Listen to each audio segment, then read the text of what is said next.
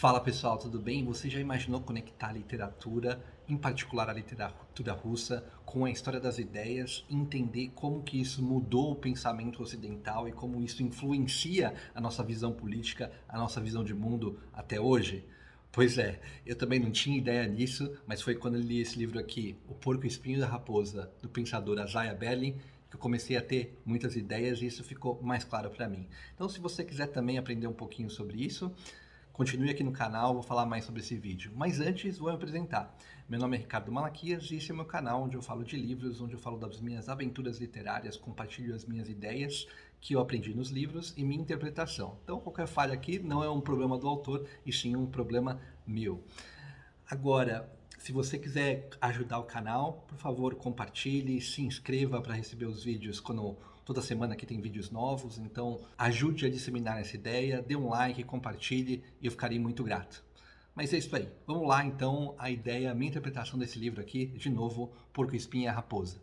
O que esse livro fala? Primeiro ele vai pegar uma ideia, que é uma ideia que passa de um poema do poeta Arquíloco, que é um poeta grego, já há mais de 2000 anos, onde tinha um extrato de um poema dele, onde ele falava do porco-espinho e da raposa, onde o porco-espinho era a pessoa que entendia uma única coisa, mas entendia bem, e a raposa era aquela pessoa que entendia várias coisas. Então ele pega isso para dar uma roupagem mais de ideia. Para ele, raposas são as pessoas que entendem muitas coisas do mundo e estão contentes com isso, estão satisfeitas com o seu entendimento da realidade. Já o porco-espinho não, o porco-espinho ele sabe uma única coisa, mas não só isso, ele quer que essa única coisa seja a descrição perfeita de toda a realidade, que tudo isso se conecte com uma única coisa. Na introdução, não propriamente o autor, tem aqui um exemplo, que agora eu não esqueci o nome do editor que faz isso, mas enfim, ele dá um exemplo que fala, olha, Marx é o grande exemplo de porco-espinho. Ele acreditava ter descoberto a única resposta, a única possível para explicar toda a história da humanidade, que toda a realidade era conectada com essa ideia. Então o porco-espinho tem esse foco, essa ideia que tudo está conectado e tem muita ansiedade com relação a isso. Já a raposa não, a raposa entende que o mundo é mais complexo e que talvez a gente não tenha essa ideia, não seja ao alcance dos humanos ou sequer exista essa necessidade de conexão entre todas as ideias. Então ele parte aqui desse primeiro ideia que ele pega aí do poema de Aquíloco e vai tentar desenvolver essa ideia. Quais perguntas ele tenta responder? São 3 perguntas que eu separei aqui. Primeiro é, o que podemos saber? Então, de fato, o que o humano pode saber? O que o senso de realidade nos diz? E se estamos tranquilos com os limites da visão humana? Então, justamente aqui ele vai discutir muito mais o porco-espinho. Será que o porco-espinho tem razão ou a gente deveria estar tranquilo, ser tranquilos como raposa? E mais que isso, depois que ele definir essas ideias, essas perguntas, é como ele vai fazer isso. Ele vai fazer isso através de grandes romances da literatura russa. Olha aqui que beleza, né? Então sempre me perguntam por que a literatura clássica é tão importante. Aqui é um exemplo, ele pegou da literatura clássica ideias de pessoas que viveram em diferentes tempos para tentar ter uma visão de mundo. Então é isso que a literatura faz, além de ser um entretenimento muitas vezes, mas aquelas clássicas que passam pelo teste do tempo têm uma interpretação ainda mais sutil, ainda mais profunda, que talvez nenhum autor naquele momento tenha sido capaz de desvendar qual que é essa interpretação, mas ele fazer um retrato fiel da realidade deixa aos críticos e aos futuros leitores oportunidades para rever essa interpretação. Ele faz essa interpretação justamente com alguns autores russos. Qual que é o lance? Num primeiro momento, ele separa os autores russos facilmente em quem são as raposas e quem são os porco-espinhos. Então ele pega aqui um exemplo de porco-espinho, é Dostoiévski. Então ele tem uma ideia muito clara de mundo. Um outro autor que ele coloca aqui, que eu não sei muito bem falar o nome, que é Pushkin, ele coloca como um autor como se fosse um porco-espinho. Mas qual que é o lance? O lance é quando ele chega em Tolstói. Ele fala assim, Tolstói, não é fácil você classificar. Por que não é fácil classificar? Porque a obra de Tolstói é uma obra que ele classificaria como raposa, que ele entende muitas coisas do mundo, que ele sabe que não existe uma única ideia que conecta tudo. Porém, o autor é um autor que acredita ser um porco-espinho. Ele acredita ter uma única ideia que conecte tudo. Então esse dilema entre a sua obra e o autor acaba sendo difícil de classificar Tolstói. Ele pega aqui a obra principal, que é a obra que ele analisa aqui, que é Guerra e Paz. Ele vai falar, olha, dentro de Guerra e Paz, muitas coisas acontecem e essas coisas estão longe de estarem conectadas a um único pensamento.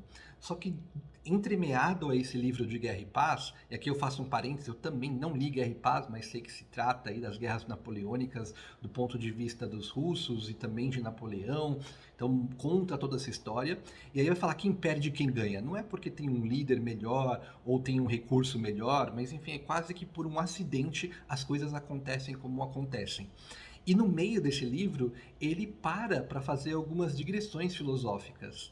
E que todo mundo reconhece o valor do romance de Guerra e Paz, mas nem todo mundo reconhece essa parte filosófica que ele para discutir. Por quê? Justamente a obra em si é uma obra que tem esse viés de raposa, ou seja, entendo muitas coisas do mundo e sou satisfeito com isso. Já essa parte filosófica é uma parte de tentar conectar tudo com uma única ideia. Então essa é a primeira análise que ele faz do livro Guerra e Paz de Tolstói. É o primeiro passo que ele dá para avançar na sua análise de Porco-Espinho e Raposa. E como Tolstói chegou a essa conclusão? Eu separei aqui 3 itens que eu falo assim, são as 3 forças que indicaram isso, ele nessa direção de ser alguém curioso, mas ao mesmo tempo ser alguém que prezava pelo empirismo, ou seja, pela realidade, não só uma digressão nas palavras, ele queria conectar isso com a realidade. Primeira força que eu separei aqui, ele não gosta do abstrato, do sobrenatural, do obscuro. Ele quer alguma coisa que ele vê na realidade, que ele consiga tangibilizar. Então essa discussão muito teórica não é a praia dele. Segunda coisa, o historicismo de Hegel. Então ele é influenciado, para quem não lembra, eu discuti um pouco sobre o historicismo de Hegel no review que eu fiz do livro de Karl Popper, então vou deixar o link aqui para vocês. Mas ali ele coloca que tem uma crítica a esse historicismo que ele não seria testado empiricamente. E Tolstói quer isso. Ele tem essa curiosidade, mas ele quer que as coisas sejam testadas empiricamente, senão não vale nada. Só discutir, ser uma coisa transcendental, não é com ele. E a terceira força que eu coloco é a história não é um conjunto de fofocas. Então, grandes nomes como Napoleão estão longe da realidade. Aqui, a influência de Hegel novamente. Porque Hegel fala assim, ó, tem uma força histórica que leva para frente, independente de seres humanos quererem ou não. E aqui ele vai mais a fundo dizendo que, olha, não são os líderes que fazem a história ou movem a história. Eles têm outras forças que estão muito além de qualquer controle. Essa é, eu entendo, a explicação que ele dá do porquê Tolstói tem esse dilema entre porco-espinho e raposa, essa curiosidade somada ao empirismo que ele tem. Qual que é a tese central? Então aqui eu pararia o vídeo, para mim a ciência aqui é o que vale, a tese central dele do Tolstói. Liberdade versus determinismo histórico. Então será que a gente tem uma liberdade de fazer as nossas escolhas? Elas são relevantes? Elas vão mudar o mundo? Ou será que existe um determinismo histórico? Não importa o que a gente faça, existem forças que vão além do conhecimento humano, que movem a história numa única direção e que, portanto, não importa as escolhas que você faça, a história sempre se moverá nessa direção. Essa é a tese principal dele, um versus o outro. Tolstói, na sua visão romancista, na sua parcela raposa, ele está muito mais para liberdade. Já aquele porco-espinho, ele quer encontrar esse determinismo histórico, ele não aceita que a realidade não tenha nenhuma força que possa indicar um futuro para ela, que as coisas são quase que aleatórias. Esse é o grande dilema de Tolstói. Vou ler um trecho aqui que eu separei para vocês, tá? Sobre essa tese principal. De um lado, o universal e importante experiência elusiva do livre-arbítrio, o sentimento de responsabilidade, os valores da vida privada.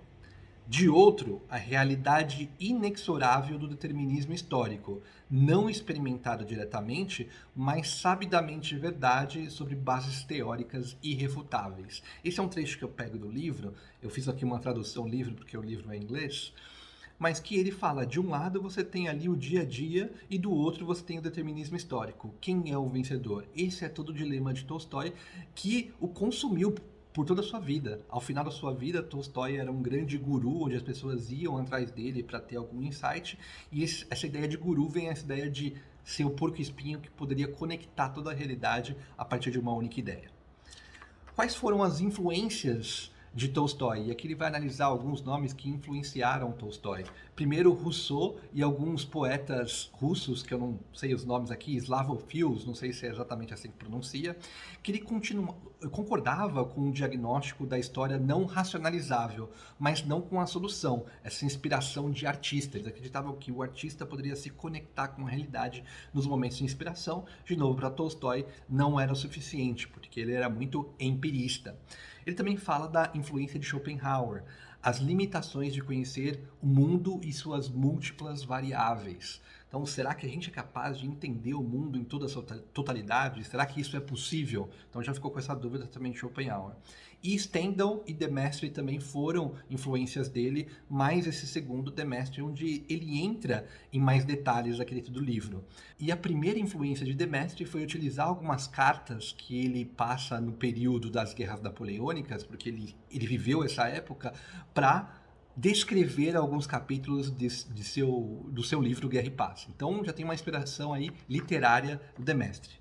Além disso, ele também compartilha o ceticismo sobre os intelectuais que tinham ou diziam ter uma racionalização da história. Então ele é muito desconfiado em relação a isso, de Maistre também. O terceiro tema em comum é o tema que ele acreditava que os homens do dia a dia, eles são muito mais importantes que os chamados líderes. Então ele acha que Napoleão é uma grande farsa. E o quarto e último item que conectava esses dois pensadores é que os dois acreditavam que algo conectava tudo, mas estava fora do nosso alcance, fora da razão e do método científico. Então, ele faz aqui uma análise de quais são as influências dele e acaba parando em mais detalhe em de Maistre, que foi uma grande influência de Tolstói. Já comentei aqui que isso teve um impacto na sua vida pessoal. No primeiro momento, onde ele descreve os romances, onde ele escreve os romances, ele tem essa visão de raposa, mas ao longo da sua vida ele se torna um grande guru para os seus contemporâneos que queriam dele uma única resposta.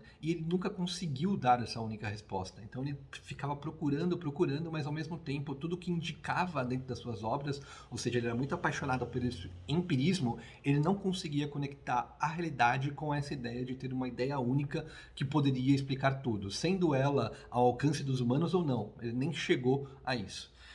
Então, essa foi a análise que ele fez em Porco Espinho e a Raposa. Então, super legal. Um livro super curto. Mesmo aquelas pessoas que nunca ouviram exatamente do livro, já ouviram essa análise do Porco Espinho e a Raposa. O Porco Espinho é aquele que sabe uma coisa só, e a raposa que sabe de várias coisas. Aí você pode ter múltiplas interpretações, e aqui ele vai chegar a essa ideia sobre a história das ideias e como isso influenciou e nos influencia até hoje. Vou fazer uma rápida digressão aqui também para finalizar o vídeo, que é sobre os autores da ciência e os autores de humanidades. Por que eu falo isso? Os autores da ciência, como a ciência é uma área do saber que você pode empilhar os conhecimentos, acaba que você não precisa estar olhando sempre os autores passados. Então, para você ser um físico, você não precisa ler Newton e seus livros originais, porque até alguns detalhes, algumas coisas foram suplantados. Então, Newton, sim, era um gênio, mas algumas coisas foram suplantadas. Então, você não precisa ir nos originais para você entender. Você pode pegar o manual atual e você entender tudo que existe e ainda assim conhecer mais do que Newton. Você pode se dizer mais inteligente que Newton do ponto de vista de acúmulo de conhecimento. Agora, quando a gente fala de humanidades, a história não é a mesma. As coisas se repetem e faz super sentido até hoje você estar lendo Homero, que foi escrito há mais de 2000 anos. Então, muito diferente da ideia dos autores científicos. E aqui ele pega essa ideia justamente da literatura e ele vai fazer uma análise para entender como o mundo funciona. Olha que bonito isso, pessoal. Então achei isso fantástico. Isso posso ir longe nessa digressão, mas vou parar por aqui só para comparar o que é autor científico versus autor de humanidades, né? Claro que a gente sempre pode aprender nos originais, como que Newton estava pensando, mas, de novo, a ciência é cumulativa e certamente um físico dos dias de hoje sabe mais do que Newton. Isso não é verdade para os autores das humanidades, para a literatura em geral. Por isso que clássicos são clássicos. Eles atravessam o tempo. tá bom?